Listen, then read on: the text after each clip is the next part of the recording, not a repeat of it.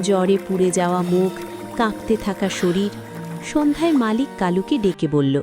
আজ ভালো কাজ করেছিস। মালিক তার হাতে কিছু টাকা তুলে দিল। কালুর চোখ চকচক করে উঠল। সে ধন্যবাদ দিয়েই দৌড়ে বেরিয়ে পড়ল। সোজা গেল ফার্মেসিতে। দোকানদারকে বলল, চাচা, আমার মায়ের জ্বর খুব বেশি, ওষুধ দেন। টাকাটা কাউন্টারে রেখে সে ওষুধ নিল। ওষুধের নাম সে ভালো করে পড়তে পারত না, কিন্তু দোকানদার বুঝিয়ে দিয়েছিল কিভাবে খাওয়াতে হবে।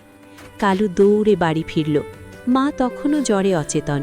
সে পানি গরম করে ওষুধ খাওয়ালো। সারা রাত মায়ের পাশে বসে রইল।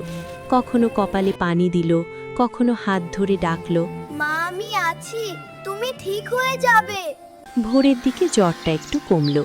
সকালে সূর্যের আলো যখন ভাঙা টিনের ফাঁক দিয়ে ঢুকল, তখন বিলকিস বেগম চোখ খুললেন।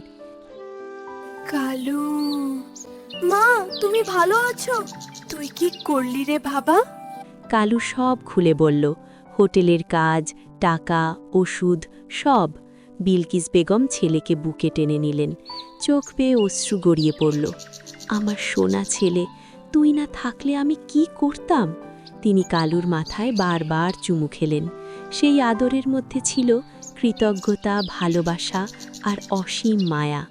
ভাঙা ঘরটা তখন আর এত ভাঙা মনে হচ্ছিল না। গরিবই তখনও ছিল, কিন্তু সেই ঘরের ভেতর ছিল এক অদ্ভুত শক্তি, মা আর ছেলের ভালোবাসা।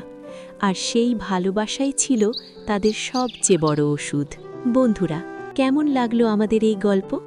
আরও মজার মজার গল্প শুনতে চাইলে এক্ষুনি আমাদের ভিডিওটি লাইক, শেয়ার ও চ্যানেলটি সাবস্ক্রাইব করে দাও।